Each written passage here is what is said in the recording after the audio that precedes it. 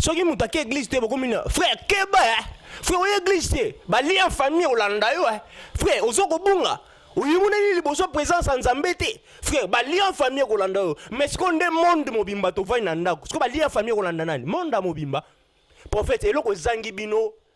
Je m'excuse, si on a zolo nazali molobeli ya peuple, ya libota na Nzambe batini nga lobela bino. Prophète, et là, Zangi Bino, prophète de la nation de Mesana Kolobana Biso.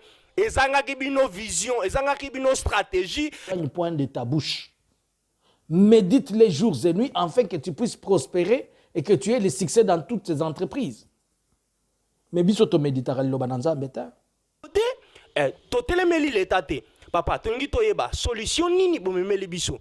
Na mboka ondenge épidémie ekoti. Ba prophète bozo lobani. Souvent tango bolobaka bino ba prophète, on a katio molobate ba prophète bolobaka nini. Soki Nzambe azana posa a révélé mabe moko ya na mboka et bino ba prophète botelemaka Nzamba lobaka na bino mais tango épidémie oyé ya coronavirus ma ba prophète hein bolobi nini Nzamba lobelaki bino te Nzambe lobela bino kaso bozana posa bosenga batu ba mbongo so bozana posa bolobaka oh Nzamba bina monso libala mais tango épidémie yé le coronavirus et o ekoti bino ba passer ndaku ba passer ba truc ba lobelo côté ba prophète so mesana ko lekana ba télévision ko lobana biso je vis Dieu m'a montré maintenant épidémie yé Nzamba lobeli bino te papa que tozo continuer ko sala mabe tozo ngela Nzambe ba sal na Nzambe toza ba Jonas ebele la kati na biso Nzamba tindi biso na Ninive toke na Tarsis mission Nzamba pesa biso tobima na kati to nga na ye pour ko évangéliser mutu mususu ta una okoma na poto na kosala bo dépôt akoma na poto et comment vina eka ko vandela masanga ko vandela sap ko finga ko koma combattant ko sala ni na bosa na mission na ye mais qui vrai combattant oyo azali nango ya molimo ya ko combattre le diable asala kango lisute.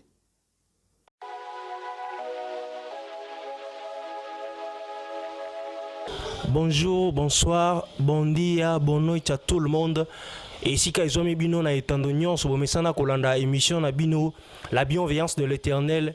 Émission où ils ont dit ça libota na Nzambe, bana na Nzambe, ba Yesu Masi azali nani.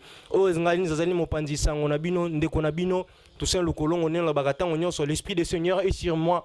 Il m'a ouvert pour vous annoncer la bonne nouvelle. Hein? Babi amboto banda na pesi batu tout o ba mesana kolanda émission o ba soutenaka émission na biso la bienveillance de l'Éternel. Hein? Et si kezo mi bino nyonso o azana posa aleka na émission na biso to bi toza disponible. Na moto nyonso numéro na biso téléphone a na mboka Angola na Luanda tozana plus 244 943 13 92 na suka o ezali mosali na bino o mesana ko memela bino basango ni lelo na memele bino émission na biso to bagi pendant 7 ans tozolobela qui nous attire ce malheur nana memeli biso bokauki nana memeli biso malheur oyo na mboka na biso nana memeli biso malheur na monde entier babi nazanga moko te na plateau na nga le babi to la mission en direct avec le serviteur de l'Éternel prophète Jean-Luc papa mbote na yo. Shalom shalom bonjour bon après-midi nakozala merci d'abord na papa Toussaint Ndengo ya Mingai na kombo na onyo soye bingai te kombo na Jean-Luc Kamani nazali moko ya bana na Nzambe nazali chrétien nazali pe mosali na Nzambe merci ko recevoir nga na musika nazwa na mboka ya Suède liboso tomoni on a plateau na biso la bien émission na biso la bienveillance de l'Éternel papa to ngito yeba to solo ba qui nous attire ce malheur na mboka na biso eza bino ba prophète to bino ba pasteur bino zo memela mboka ekoti na épidémie ya otozo benga coronavirus et memeli biso bokauki ba ensemble to benga lokola betonga et kangami et ba pasteur bazolo beloko te totelemeli leta te papa tongi toyeba solution nini bomemeli biso na mboka ondenge épidémie ekoti ba prophète bozolo bani souvent tango bolobaka bino ba prophète on a katio molobate ba prophète bolobaka nini soki Nzambe azana posa a révéler mabe moko ya na mboka et bino ba prophète botelemaka Nzamba lobaka na bino mais tango épidémie oyé ya coronavirus ma ba prophète hein bolobi nini Nzamba lobelaki bino te Nzambe lobela bino kaso bozana posa bosenga batu ba mbongo so bozana posa bolobaka o Nzamba bina monso libala mais tango épidémie yé le coronavirus yé o ekoti bino ba passer ndaku ba passer ba truc ba lobelo côté ba prophète so mesana ko lekana ba télévision ko lobana biso je vis Dieu m'a montré Maintenant, épidémie, nzamba lobi bino te papa. Nalingi ko répondre dans motuna na yo. Papa Toussaint atuni boye. Bino ba prophète. Nani a attiré biso malheur oyo? Est-ce que tango bolobaka que rien ne peut se faire si l'Éternel ne se révèle à ses prophètes, ses serviteurs, le livre Amos et Lobi. Mais problème oyo coronavirus eye. Est-ce que Nzambe a se révélé qui na bino te ou bien Nzambe a se révélé ka na bino ka pona mabonza, pona mabala, pona boye, pona boye. Merci papa pour la motuna kitoko. Na lingina répondre yo na ko répondre yo bibliquement, na ko répondre yo prophétiquement. Bibliquement na lingi koloba boy. Ce qui otangi na livre ya Jonas, chapitre 1er. La Bible déclare que Mkolomoko Nzamba pesi Jonas mission. Alobi na Jonas kende na place Songolo. Mais la Bible dit que tant Nzamba tindi Jonas, Jonas a se détourné na mission na ye. Et que Jonas tango a se détourné na mission na ye. Et ça dit que tempête eye na kati ya boîte. Tango tempête eye, ba luka ki ba ye ba malheur utaki wapi, malheur utaki na Jonas. Et na kati na liloba, chaque fois que problème ezako leka na kati ya Israël, bazalaki ko kende ko tuna ba prophète, to ba sakoli eza nini. On va ki na ko répondre prophétiquement et bibliquement. Bibliquement, na ko répondre yo au travers Matthieu chapitre 24, na ko répondre yo au travers Apocalypse chapitre 13, puis na ko répondre yo au travers Apocalypse chapitre 6. Na lingi koloba nini na Matthieu 24. Na Matthieu 24, soko tangi ba ye koli baza ko tuna Yesu. Mais papa, okoya mukolo nini? Alobi affaire na ngai ya koya ni yo ni ngai mutu ayebi yango te zaka Nzambe na likolo. Mais Yesu apesaki ba bilembo. Alobi soki bokomi komona bilembo lokola oyo, boye bakenga na za na nzela. Ya liboso, la Bible parle de la séduction.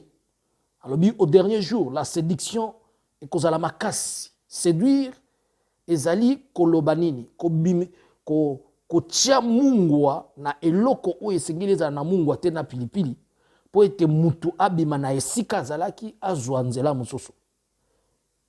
Aye koloba ba faux prophète bakoya ebele, plusieurs bakoloba bakoya na kombo na ngai kozala bango te, moko koloba nazalaki koto mutu nazalaki koto yo. Alors bilembo nyonso wana na Yesu ayi kobakisa alobi bokoyoka basangwa bitumba, bokoyoka telle nation telemeli oyo, telle nation sali boye, banzala, ba maladie. Wana je te réponds bibliquement. Prophétiquement, na koloba na oye talinga, na page na ngai ebengami la vérité. Soki mutu akoti na YouTube okomi la vérité, comme on nga Jean-Luc Kamani. Okomi ata prophète Jean-Luc Kamani. Eza na message na pesaki na début na fin ya année. Na lobi année oyo tozo banda. Nzamba lobi nanga mbula oyo kozala boy. Na lobi na moni sanza.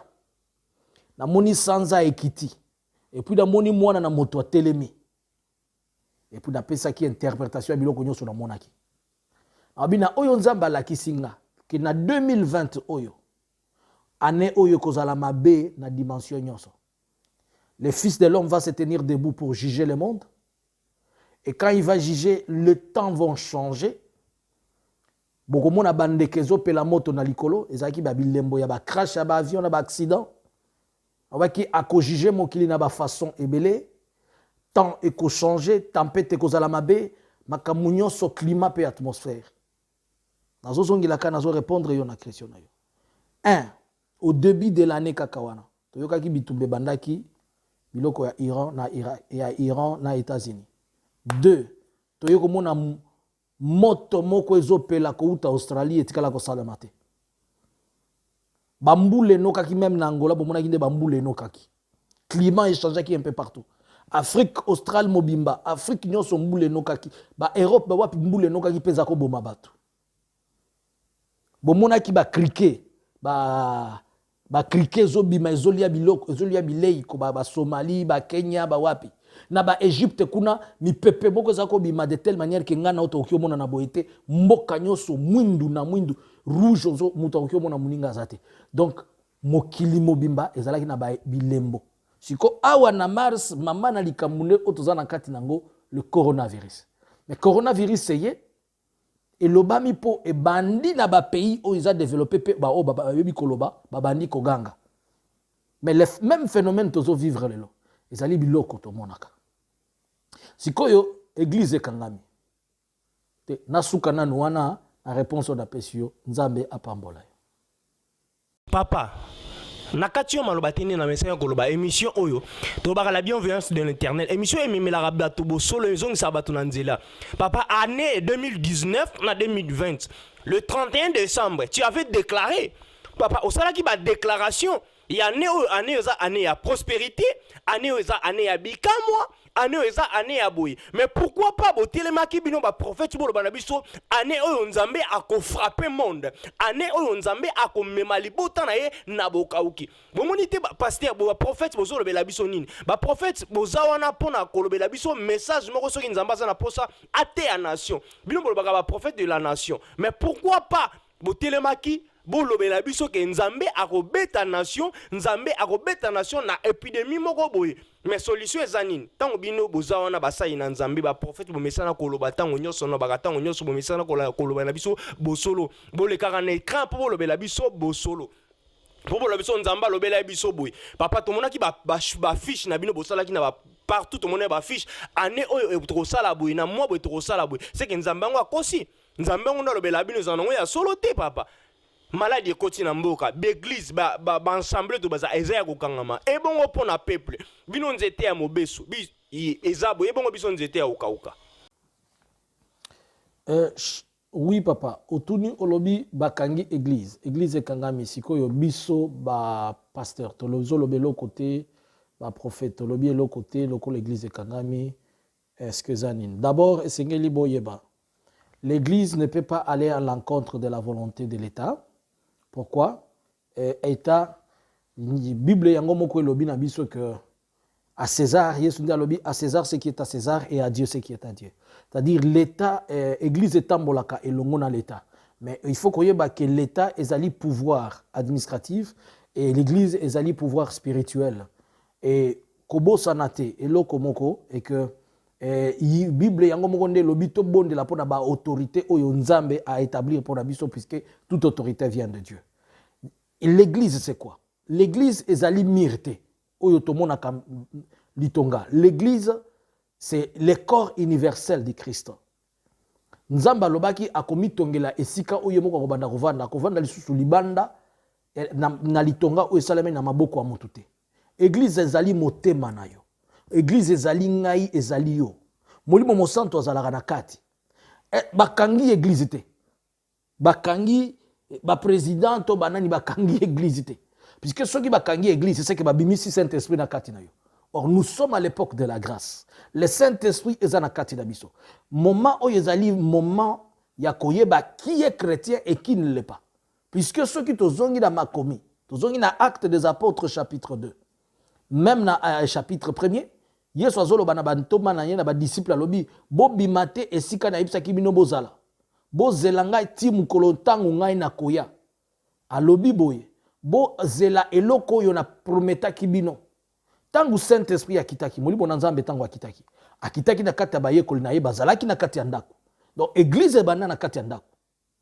L'église ebanda na kati ya ndako. Siko lelo batu nyonso ba se replier bazongi na kati ya ndako. Bakangi église te, baza na kati ya église. Puisque l'église c'est la maison. Et l'église a commencé dans la maison. Et surtout, Christ a eu sous Kobakisalobi, l'heure vient, elle est déjà venue, où les vrais adorateurs adorent le Père en esprit et en vérité. Tozo adorer Nzambe, c'est en esprit et en vérité. Ce n'est pas par la parole, c'est en esprit. Alors ceux qui tozo adorer en esprit, Dieu est esprit. Ba adoraka Nzambe kaka pona mirite, ba adoraka Nzambe na motema, puisque Dieu n'est pas dans les murs. Dieu n'est pas dans les bâtiments faits par les mains de l'homme. Dieu c'est un esprit. Et yo soki o se décourager. Oboyi ko kende, oboyi ko sambela po balobi bo kende église te c'est que oyamba Yesu loko mokozi pe mobikisité. Mais si réellement tu as eu le fils. La Bible dit que c'est lui qui a reçu le fils, il a la vie. Soko oyamba Yesu ozana bomoy. Alors loko nga na ko senga yo, place ozali. Ba kangeli église te. Ba ko kanga nyonso. Mais ba ko kangela o motema te to tana ya ko bondela Nzambe. Prie le Seigneur là où tu es. Soki ya solo oyamba Yesu lokwa mokozi pe mobikisi. Ba lembi ko sambela. ezali bato bayamba bapaster, bayamba baprophète, bayamba badocteur, bayamba baarchibishop, baza bafanatique ya quelque chose. Mais soki yo oza est appelé par Christ, prie le Seigneur là où tu es. Que Dieu te bénisse. Prophète, merci bien. Tolandi yo na ndenge expliqué bisobi nzambe azana posa ya ba vrais adorateurs au ba ko adorer un père en esprit et en vérité. Prophète, si lelo malheur ezo comme la ba chrétien, ezo comme la bandimi lelo, eza cause ya bino ba prophète premièrement na loba bino bo instruire biso bo memi biso na libungi. Bo talisaki biso bo solote, bo talisaki biso précisément ba bien matériel na bino. Botalisaki biso comment mundimi akoza na connaissance ya maloba nzambe te. Botalisaki biso ndenge nini kaka mutu akokota na makambo na bino. Venez on verra des miracles. Parce que botalisaki biso mingi o eza mingi bien matériel. Botalisaki biso mingi o eza ba bien physiquement. Botalisaki biso mingi o eza maloba na nzambe te. Lelo malédiction e komiti na mboka na monde entier. Olobi na sepel na mialam olobi nzambe a révélé ki yo au message oyo année 2020 et ozala boye prophète na kati so naza ko se souvenir tango yo yaki na Angola awa na Angola na mboka obaki na vidéo obaki je bénis l'Angola prophète, tu avais béni l'Angola et le pays que tu avais béni, mais maintenant tu es dans malédiction prophète. Maintenant tu es dans souffrance, monde atié tu es dans souffrance. Nzambe tango alobaka na apesaki pharaon ndoto malheur ekoya na mboka atindaki Joseph azala wana pona aya ko limbola ndoto. Mais prophète tango malheur ekoti na mboka, malheur ekoti na monde entier. Tandis que yo zui vision wana, pourquoi pas au téléméaki obiso obi ko télémela bakonza mboka te toboyi te. Ya kaisala ya nzambe. Prophète pour ani tango nzamba pesa ki yo vision wana o téléméaki to ke pa bakonza mboka. Oloba na bango esengeli na biso to sala boye. Joseph oloba na bango ni. Toza na 7 ans ya boye. 7 ans poni po pharaon abongisa. Abongama. Pourquoi pas yo telemaki oloba na biso bobongama libota na nzambe bobongama ekozana boye otangeli biso nzamba aspiraki yo papa toboyi yango te nazoloba malheur oyo ekomeli biso malheur oyo ezoleka na bakretien oyo bazanga kondima na bakretien oyo bazalaki mena na foi mingi te eza guide ya baprophète eza guide ya bino bafaux prophète en général natangi mpo bomemi libota na nzambe na bokauki bomemi libota na nzambe na bobungi mpo na nini botalisa biso kaka venez on verra des miracles boya bokomona bikamwa boya bokomona boye oh 7 jours ya miracle 7 jours ya boye 7 jours ya ka obotaka to komona bikamwa pourquoi pas boloba na biso 7 jours pourquoi pas boloba biso il y aura un virus oye koya na monde oye komemela batu bokauki esengela bandeko babongwana esengela bandeko bayeba ke Yesu Masia aza lelo lobi pe libela na libela nazo sekana ko sepela balaboko na bodi en tout cas agresser biso eza bien ou agresser biso kitoko na sepeli. Au fait, au lobby d'Angaï, premièrement, dans la Angola, na Pamboli Angola, et pourquoi malheur est commis en Boka, pourquoi tant qu'on a nzamba alors qui s'est ngaïté que malheur est commis en Boka pour toye bandenge nini yako tiliwe to ko bonde la nzambe par rapport na malheur nengi commis en Boka. Normalement,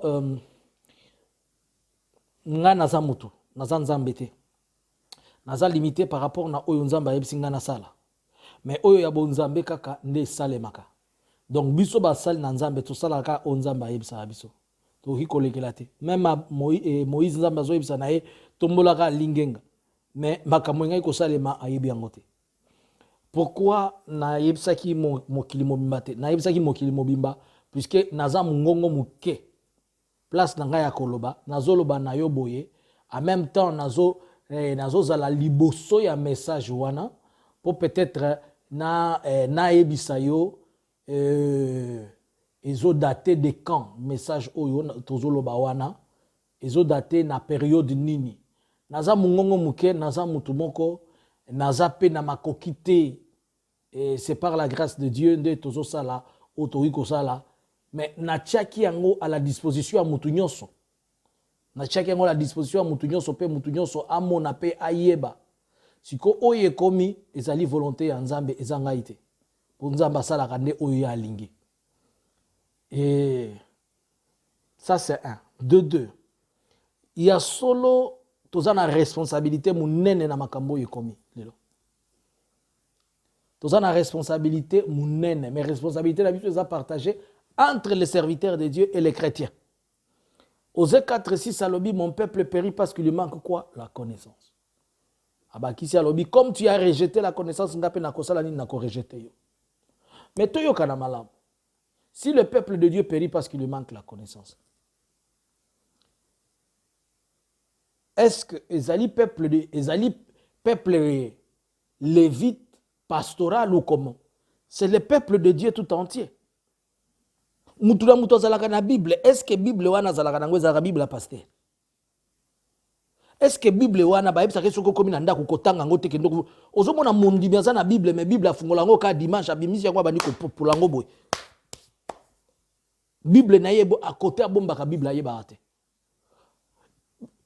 Josué 1:8 alobi que ce livre de la loi ne s'éloigne point de ta bouche. Médite les jours et nuits afin que tu puisses prospérer et que tu aies le succès dans toutes tes entreprises. Mais biso to méditera liloba na Nzambe ta. Ozomona mutu aza na 2 heures de temps ko sala liboso ya film ya série, asala devant soki balobi ba ke na pique-nique asala boye, mais aza na 20 minutes te ya komi pesa tanga liloba na Nzambe. Parce que mabe wana eza ya nani? Eza ya bana na Nzambe, to eza ya pasteur. Est-ce que pasteur apekisa mutu otanga Bible? Oui.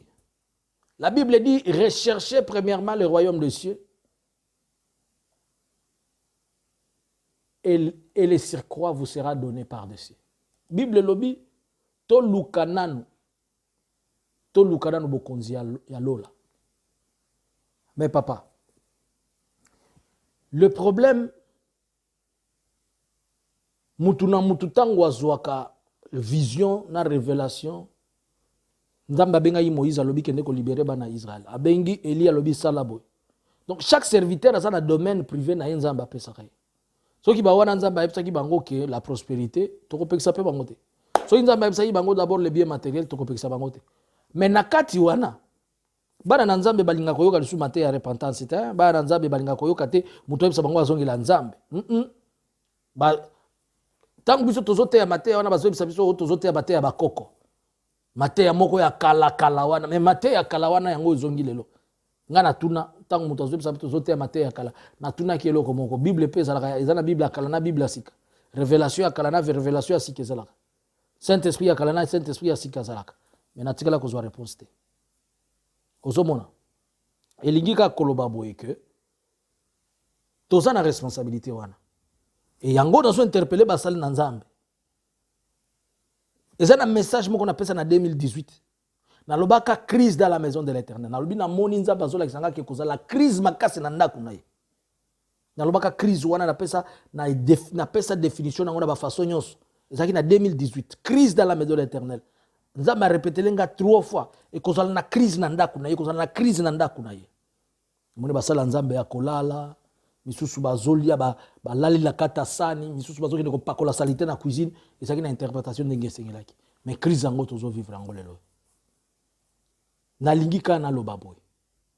Bo lobi biso toza mabe po totangisa bino prospérité. Siko bino ba eboza malamu, na pekisa bino kotanga Bible. Na pekisa bino ko observer biloko comment na Bible. Responsabilité zana ya biso na ya bino. Pour l'esprit du Seigneur ekita na mutu nyoso. Molimo mutu tangu biso yo tolobaka o toza na Saint-Esprit na lalaki na lotaki o boyna boyna mais Saint-Esprit ozalaka na yeza ka Saint-Esprit soki bozana kati église so ibo bimili banda église Saint-Esprit ya kibi lokola visible ya courant te. Donc eza biso nyonso na yo nanga mutu na mutu azongela. La Bible dit revenez à moi et je reviendrai à vous. Tozongela Nzambe pe Nzambe akozongela biso.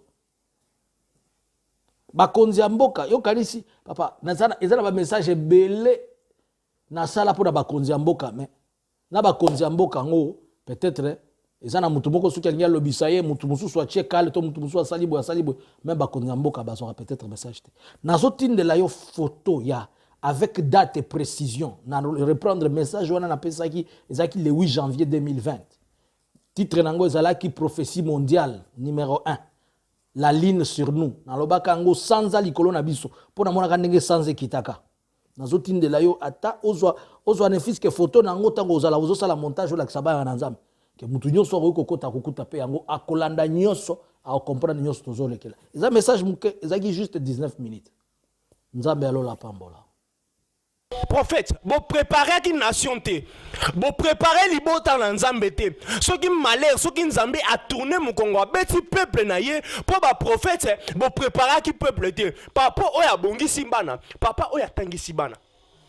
Ezala mombenge ni abike bana nga baza mire bana nga so ata mopepeye ba oningana te mais ba prophète ya lelo nazolo ba mingi ba prophète bino nde bo memi malédiction na monde ba prophète bo sungi libota na Nzambe te bo préparer nation te bon baka non nous sommes les prophètes de la nation ba nazolo ba natao na monde ta prophète de la nation te nazolo ba malheur e comme libiso et solution nango eza nini pona bino biso na bana Nzambe ba ndinyo ba misana ko va mingi na ndako o ba mesana koyoka liloba na Nzambe bino mo baka adage za bino mo mesana ko loba biso soko église azala malédiction soko église ye akoma mo pakano mais ce qu'on attend ba ndiko ba va na ndako bo benga ba ko suba pakano so mte église te koma azala ma malédiction en famille a église te ba malédiction libota ba ba zo lande ba lien mais ce qu'on a minute sonde ba kangi l'église pas l'état ça ni mana mo kangi l'église il y a solo papa nazolanda yo na bokebi nyonso ozana raison na makambo ebele zoloba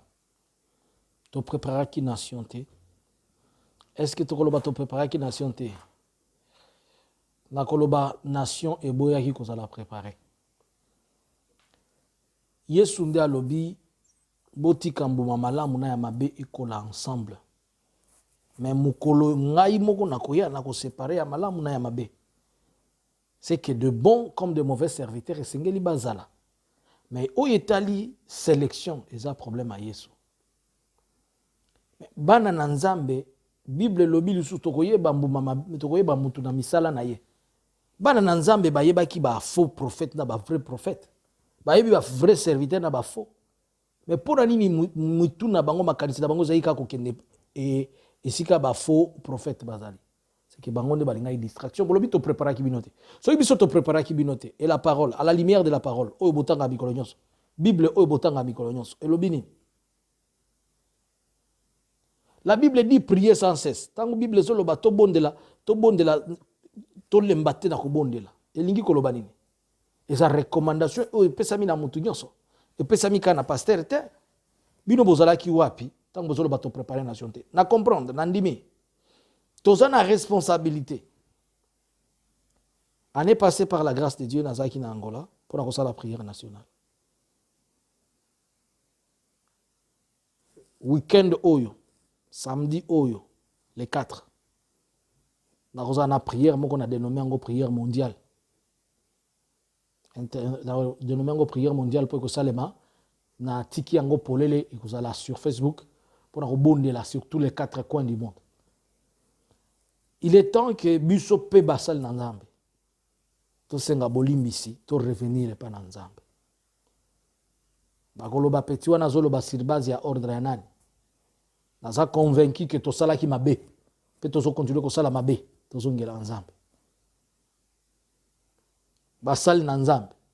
To sa ba Jonas ebele na kati na biso. Nzambe atindi biso na Ninive toke na Tarsis. Mission Nzambe pesa biso tobima na kati. To nga ye pour ko évangéliser mutu bususo ta una okoma na poto na kosala bo dépôt koma na poto et comment vina ye kaka ko vandela masanga ko vandela sap ko finga ko koma combattant ko sala ni na bosa na mission na ye mais qui vrai combattant o yazali nango ya molimo ya ko combattre le diable asala kango lisute mususu ser moko abimaka na Afrique o tangu na okoma na poto ser moko tangu na okoma na Angola nga na Angola Nzambe soko salinga grâce au pesinga dont tel na kosala bwina bwe eza biso nyonso toza mabe liboso na Nzambe biso nyonso mutu akobata mazate nanga na bino biso nyonso soki oboyi nga naza musumuki biso nyonso ba serviteur comme ba servante singini tolela Nzambe lokola tozaka na nouvelle alliance si c'était à l'époque de l'ancienne alliance belitolati ba sac. Mais comme c'est dans la nouvelle alliance, on demande, c'est un esprit et en vérité. Donc, c'est vrai, nous n'avons pas préparé le peuple de Dieu. Et il est temps que l'on puisse préparer le peuple de Dieu. Nauti kolanda même jusqu'à présent, na landis et mutumoko boye, azolo bake, soki bandibine basali 3 semaines bazotinda mabonzate, ako kangela bango lo la père ko modire bango. Si vous avez 3 semaines, on a mon dibi moko akufi. Akomodire bembe. Si on a 3 semaines, on a mon dimanche salate, à obimisa offrande na yoapi. Tu vois là, ce sont des bavires à biloko tozo sala. O esengeli biso bana na nzambe tozongela nzambe. En commençant, le châtiment et kobanda na hôtel ya nzambe. Kobanda na hôtel ya nzambe tozongela nzambe po etamboli na biso zo pambola nzambe te. Na kosenga na bisika nyonso bana na nzambe tozali. C'est tout ba serviteur de Dieu. Tozo mukolo to fukama, to lila pour les nations, oyo to bomi. To tiki poison na kati ya bana na nzambe. To tiki ba venin ebele. To assainir ma belé oyo biso to bebisi. Nzamba pambola. Dieu soit loué. Merci mingi na prophète Jean-Luc Motona Nzambe. Et c'est un mingi kozana na plateau boye. Et ça na ba prédicateur ebele baleka pour bater biso no pambola mana kozwa. Mais merci na ndenge o reconnaître que bomemi nation na libungi papa.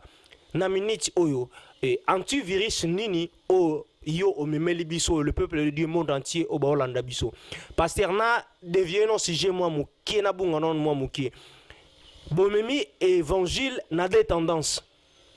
Premièrement, soy boye en Afrique boye besoin na tendance ya côté abiso sur balien. Mais so boye en Europe, nde besoin en Europe, bote ba tout vérité. Po boye que so lobine makambo balien et aussi mbate po animo mde la bota maison na ba compte bancaire papa na pesi mbongo. Mais ce que évangile boye on a des tendances.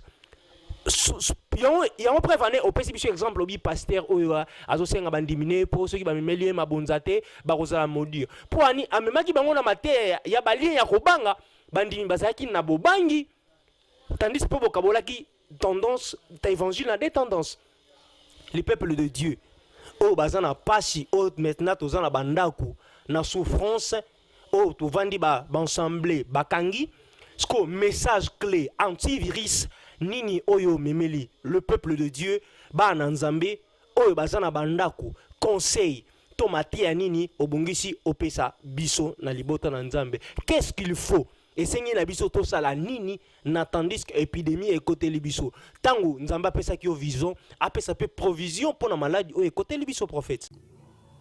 Ah ouais. Na sepeli mingi papa nanga tuninga lobi prophète. Quelle est la réponse par rapport à problème oyo tozanango? La réponse spirituelle c'est quoi? Nakoyebisa yo lokola nakotangela yo verset moko comprendre. Nakotangela yo verset moko na kati ya livre ya Apocalypse na interpréter yo moi muke au comprendre verset oyo. Apocalypse chapitre 6. Dans un verset 6.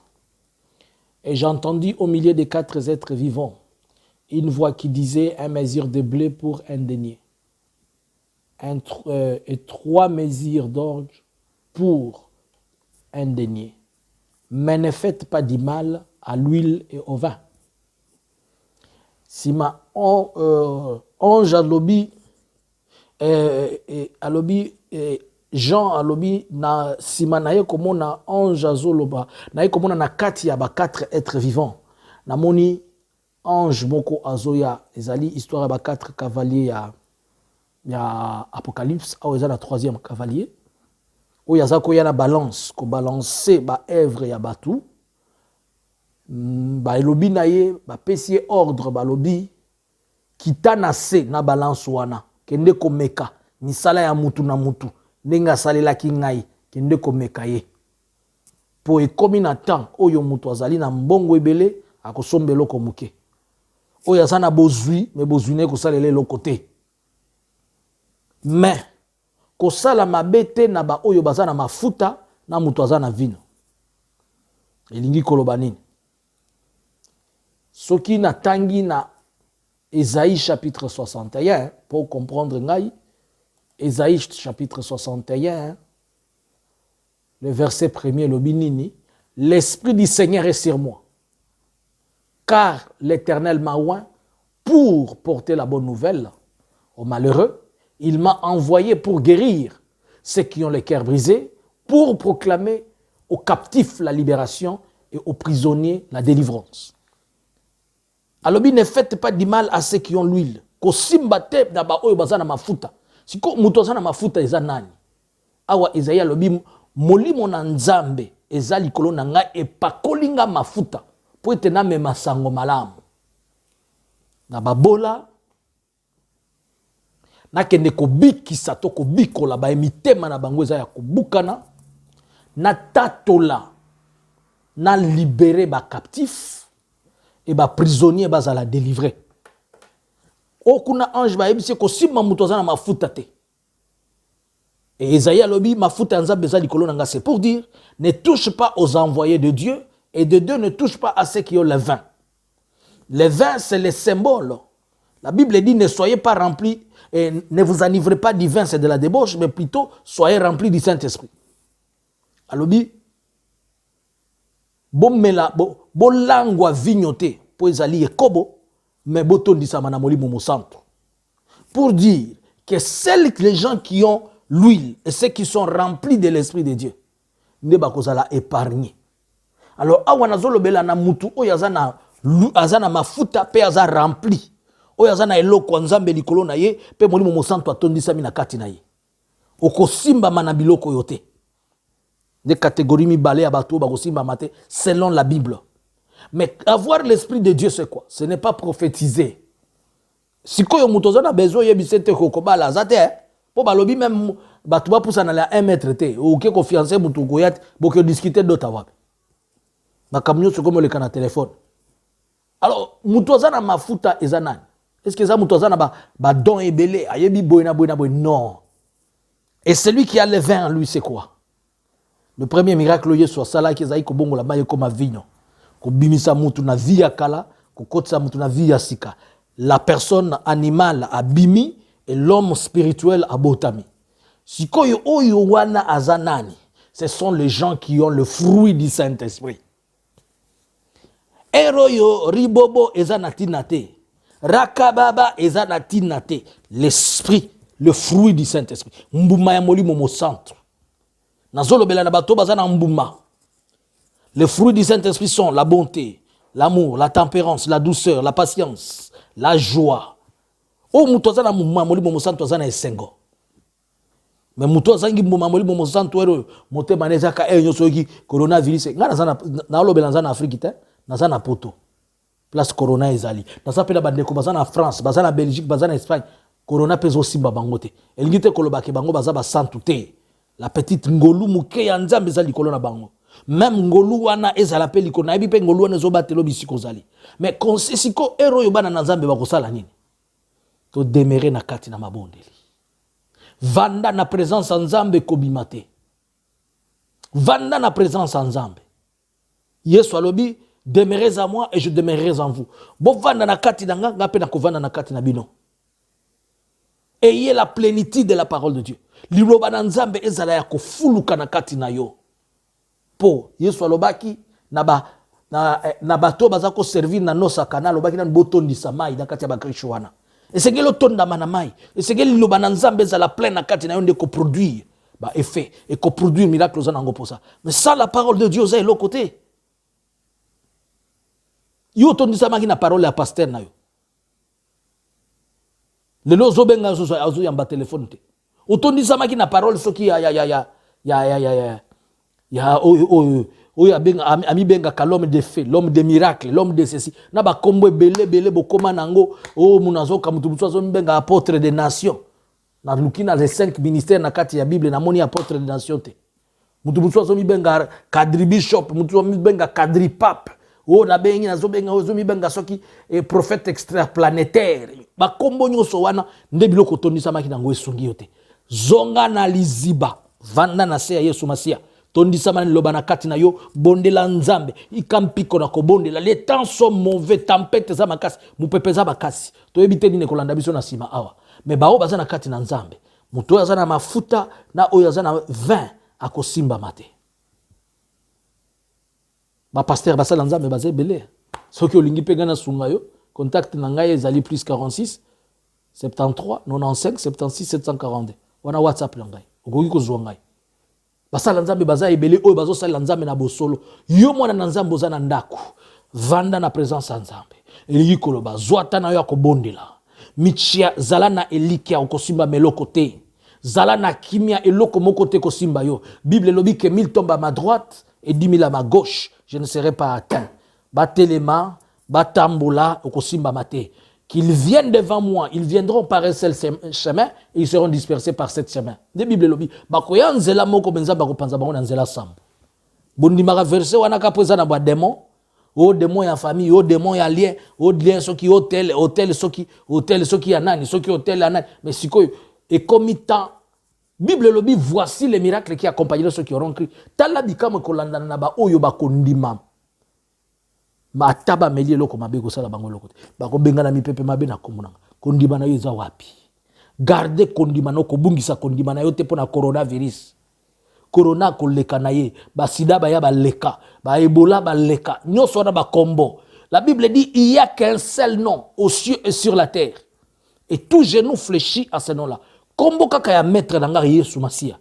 Le véritable Seigneur des Seigneurs, le roi des rois, l'homme du troisième jour, l'homme de Galilée, oya tambola likolo na mai, oya sekwisa Lazare, muto kabola mapa na 5000 personnes na mbisi, muto apesa kabile isanki yake na zando, oyo muto afute la rao nyongo sanki ozala na nyon, sanki oyeba kote mbongo ko bima, atinda Pierre kede ko bimisela nga mbisi na kata mai, papa wana nde na zolobela, oya apesa kabomo ya kufuka ne kulusu, apesi yo bomo ya sali pe ozala, wana nde na zolobela, zongela ye.